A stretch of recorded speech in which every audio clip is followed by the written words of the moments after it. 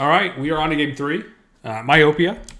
I think I said that correctly. Who knows? We haven't been playing Venus in a while, so haven't gotten any feedback on my pronunciation. But this is a map that I believe Limp rebalanced. So my understanding, and Limp will be happy to correct me if I'm wrong, is that with many of these maps, Limp has taken existing map makers' works and used tools like Fear and Loathing to make them more interesting for large 2-team maps, which is awesome. I think this one has been great. I think Crawl, which I will criticize heavily next, is also actually quite good, just maybe not with Terry's. But again, shout out to Limp both for putting on Myth World Cup, which I was flabbergasted to find out still existed, and also for making some cool new maps. So we'll just fast forward a bit. The score right now is 2-0. Name Changers have done a couple of really interesting strategies. So honestly, in our team chat right now, we're basically speculating that we think that they're going to have Hidden Rush. I'll make this bigger in case you can see it. Donsky spells out my name and draws a line and an arrow. Everyone on my team knows I am a special needs Myther. I need a lot of specific instructions. Otherwise, you never really know what you're going to get. From a trade perspective, we've got typical here, Max Herons, lots of archers, and a lot of thrall. 0 warriors on either team, which is interesting. We've got 8 dwarfs on the side of Name Changers. We've got 4 on the side of Mystery Men. And then we've got, I guess, 2 less archers. Looks like we max archers here, and the Name Changers have 2 less. Both teams get 8 pus. Looks like a goal pack on both sides. And we're seeing a pretty even split. Thierry has all of our Herons. Thierry has been doing quite well with Herons. He did have a pretty unfortunate incident against Seeker's team. However, when I asked Thierry about what went wrong, he blamed it all on ours. So we'll leave it to our viewers out there to decide who's right on that particular subject. Okay, so we've got Donsky, LSO, and Seeker on our east flank. LSO and Donsky, if I were ranking archer players, I would probably rank them in some order, number 1 and 2. They're very good. LSO in particular loves to archer dance, which can be harder in these big games. Works really well in 1v1 and 2v2. You don't really always have that much time to dance around in these larger games, so it'll be interesting to see how that plays out. Over on the western flank, this is interesting. So they've got 0 pus over on the western flank. If we look on the eastern flank, we've got 1, 2, 3, 4, 5 pus. Also, from a unit distribution perspective, we're going old school here. Thalander has 2%, Limp has 5%.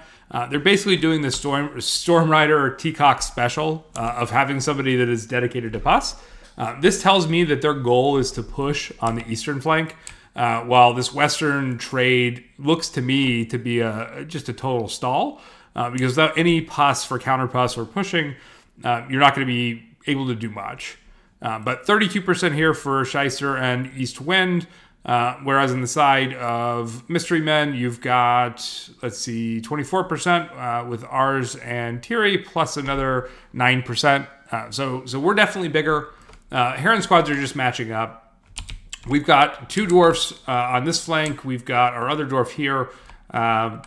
So at this point, no obvious advantage, I think, from either of these trades. Looks to be a pretty even matchup.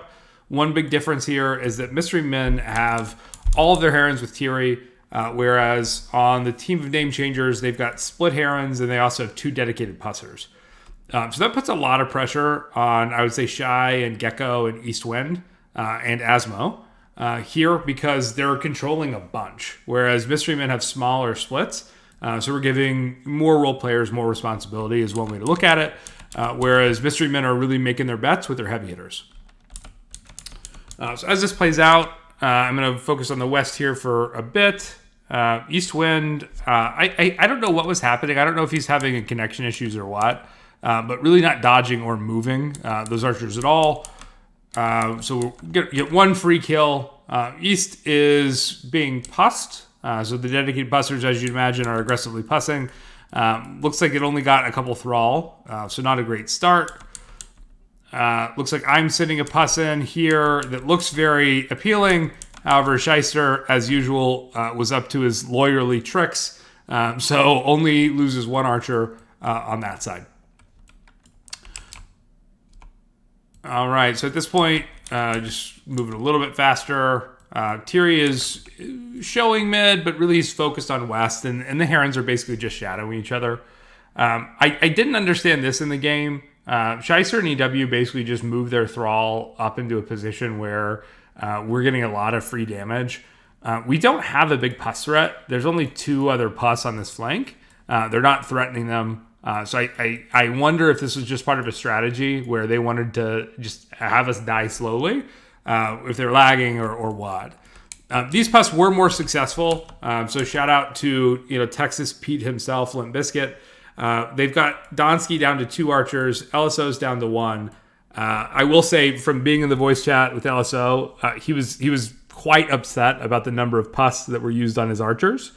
So it is what it is. They didn't have any pus west, so unfortunately, Donsky, Seeker, and LSO really got hammered. All right, so 4% lead here. At this point, Mysteryman's West makes the call.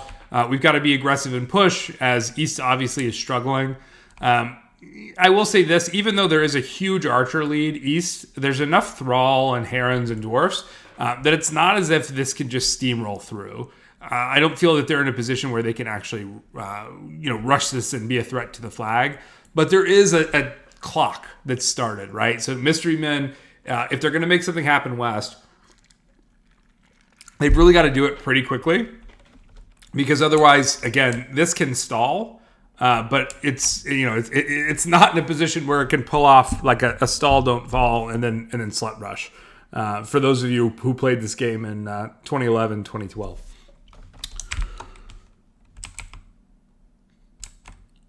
All right, just looking around, dead even from a percent perspective. West is now pushing. Shyster's down to 3 archers. Same with EW, both down with 3. Meanwhile, it doesn't look like the Western push has lost a single archer. Ours is keeping a dwarf, a reserve dwarf here, just in case we need it. We'll zoom in on Abby. I think he's actually paying tribute to Tiri's dwarf from last week's match, Dory. Maybe featured in his own feature film. We'll see how Blade is feeling. Okay, so Tiri's just here, again, to be a threat. If the archers overextend, he can threaten to push. All of the archers are now dead, so it's just a matter of target practice. I said all. I lied. There are 3 still alive. It's now target practice. How quickly can these archers kill the thrall? And how aggressive do they want to be with their dwarves? On this side, we're still a long way away from the flag, but they've only got 1, 2, 3, 4, 5 dwarfs. I said only as I saw 1. That's a bunch of dwarfs. Cool play from Genghis. I respect the bottle. If I killed my dwarf, I might have had to jump out of a window. But luckily, it only kills a goal from the goal pack. Up 4% at this point. Still pushing in. In the match, I think this felt pretty much like a coin flip. It was really hard to tell because this force inevitably will die to this. There's no world in which, sort of like a live death, triggering some crazy Project Magma bullshit on the part of one of their dwarfs. Are they going to be able to kill that? And by the same token, we have so many more archers that there's no way that this team's going to be able to hold us.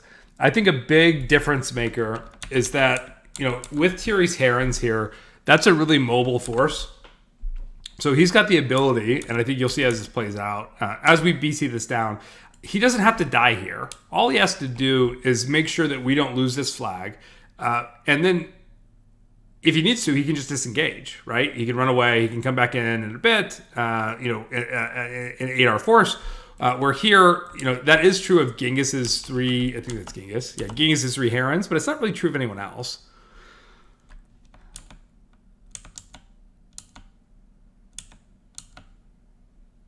Just speeding things up here. Genghis's dwarf is now dead. My dwarf is being pretty aggressive. I think this is another, for instance, similar to on Ver, where you got to chalk up that as a mistake. I was pretty stupidly aggressive with the dwarf. Ended up losing both the dwarf and one of my archers. I think this was probably a mistake for Genghis. Genghis overcommits to fighting these Thrall. He's not really doing his team a service. Like, the Thrall aren't going to win the game. Ends up getting chunked out pretty badly, and he loses all but one of his herons. So at this point, we're now in a spot where we've got two of Shyster's dwarves and East Wind's dwarf. I think if you played this 5 more times, right from this point right here, if you played it 5 times, or pick an even number if you're not an idiot, let's say 6 times, it might be 3-3 in terms of who wins. Super Red Dwarf from LSO, you got a Super Red Dwarf from Shyster. Your Thrall are closing in. Inevitably, we will kill this, but the same token, inevitably Black will kill us. So as it happens here, neither team is able to do that before the other team is contesting a flag. That saved Pus turned out to be really critical, killed the Green Dwarf, which was also a smart play. Other Dwarf goes down. Now you're left with Solwing himself, controlled by Eastwind, but the goal gets in, and from there, that's all she wrote. Meanwhile, in a bit of foreshadowing, as I mentioned, Tiri does have that mobile Heron pack. He's able to just back up. So again, no risk here. We're just playing really slow. I think from this point on, it's just inevitable that Mystery Men will win, because there's really no way, unless these archers manage to even...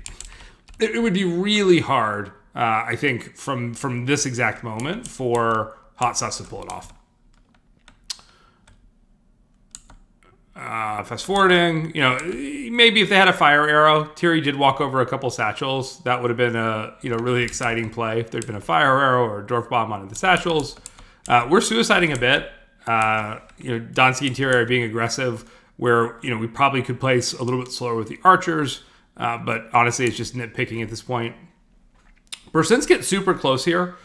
So, even though we're probably fine just because a lot of their percent is in Thrall or these red herons, it's pretty easy for us to just back up and close this one out. So that takes it to 2-1. If we look at the damage, this is probably my best game of the match, which is interesting. I'm not normally known for light maps, but this one tended to work out okay. I would credit that to the fact that, unfortunately, Shyster and EW had no pus. And we're forced to kind of, back up and retreat slowly. Also, good game from, ours. Donsky also really solid in the face of all that pus.